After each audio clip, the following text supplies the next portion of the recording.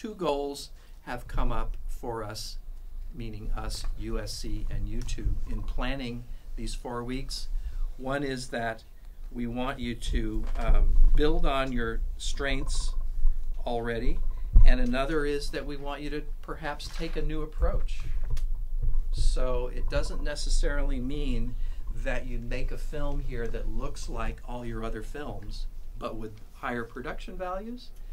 That might be one case. Or you might have been making art documentaries and you want to try a fiction piece. Or you may have been creating comedies and you want to try a dramatic piece. Maybe you've done human interest stories and instead you want to adapt a poem, or you want to do a music video. This is a time not only to build on strengths, it's a time to move in a new direction. That choice is up to you. We'll be there to help you decide, help you to crystallize that decision and to move forward. And ultimately it will be yours as to how you're going to use these 4 weeks.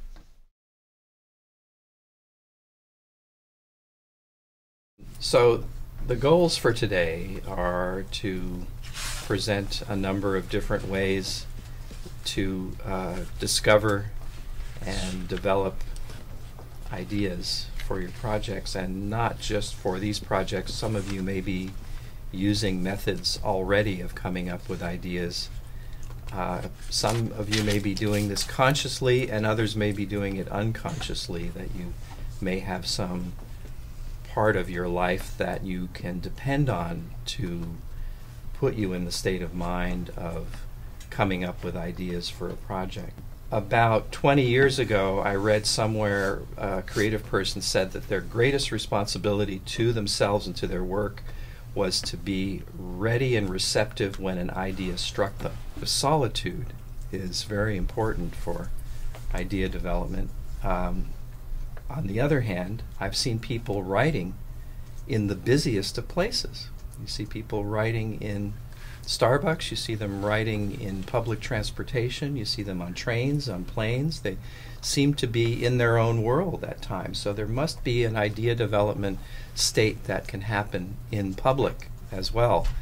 But I would like to ask you for a moment just to share with us what your experience has been in coming up with ideas. When can you count on it happening? When is it most likely to happen? Okay, Paul?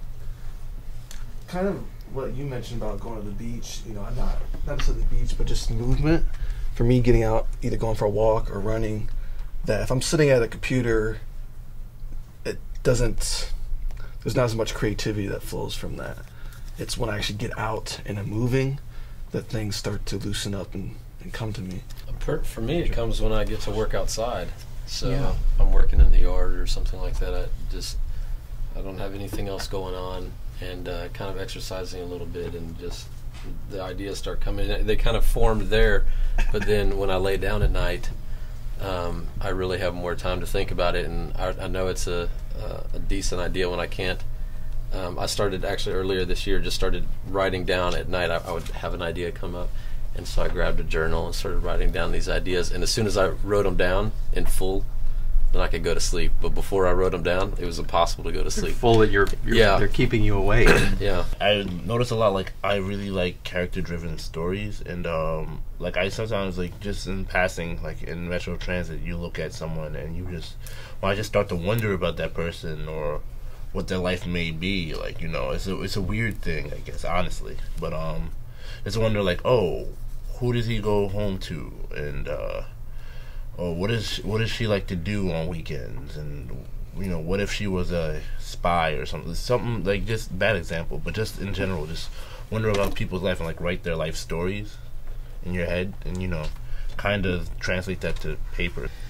Okay, so these are some wonderful ways that you can continue to use individually, but you can also try some of the other suggestions that were made if you're interested. We're going to start with an inner visualization exercise, which is something I've adapted from primarily from meditation, but during the meditation exercise, like just going through that, it's just like you think about a lot of things that maybe you don't want to think about, but you go there anyway because that's where like your brain, that's where your mind goes. It's like I was afraid of writing a wrong answer, though there is no right or wrong. But it's like it was somewhat, it was I don't, scary for lack of a better word. But it was relaxing, and I don't know, my creativity went directions I normally try not to stare it into in a weird way. You know what I mean? Yeah. You bring up the word scary, which is an important word to confront in being creative, because I think there's actually a state of being comfortably afraid, which is meaning I don't want you to ever be uncomfortably afraid in the 4 weeks here or ever in your life, honestly.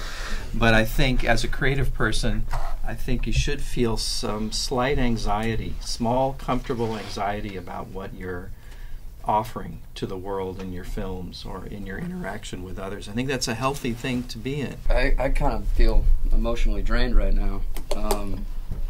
When we were meditating, I didn't really see anything, but I became very relaxed.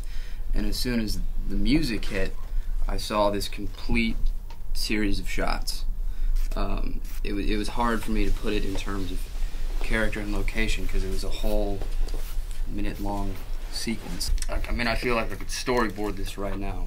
I saw this older-looking man, a low-angle shot, grizzled, bitter, walking through the streets. I felt like I saw Werner Herzog, honestly. I think he's in Venice. And, California or Italy? Italy. All right. Cobblestone streets. He's frantically looking. All of a sudden, he stops. You see what he's looking at. There's a coffee shop in the distance. There's a body of water to his left. And as the camera goes in closer, it's a telephoto shot. You come back to his face. He's still looking solid, and it goes even closer, and you see a young woman with brown hair, and you see her face, and she's smiling, and she's talking with a man whose face you can't see, and he has darker hair. She's laughing. She touches his arm. And then the man with dark hair who she's talking with gets up and walks away. And she becomes very stoic and reserved herself. And the camera's just on them. She rubs her hands, and there's a ring. She turns it. She looks up, and the old man's gone. It is a whole movie. Thank you. It's more than a tableau vivant. It's a scene.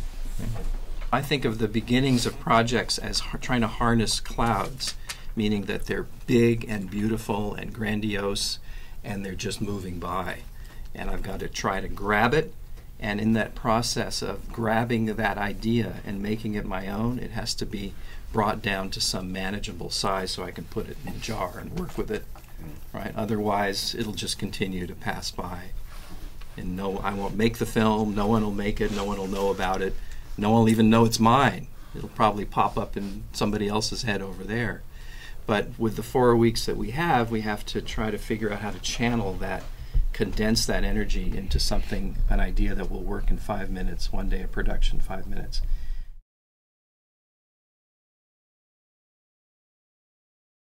And the idea here is to get some feedback so that you can be sure that you're on track with your idea, or you can incorporate some of the questions and some of the suggestions or perhaps even criticisms that come up at this early stage.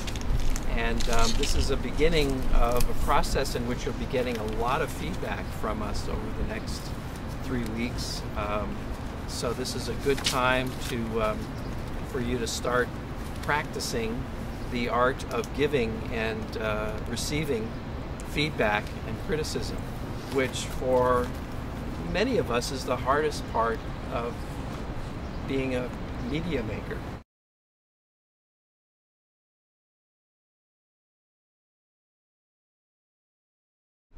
it's really about when you put two polarized personalities in a very small space. So I want to work with what we have, and that's a college campus.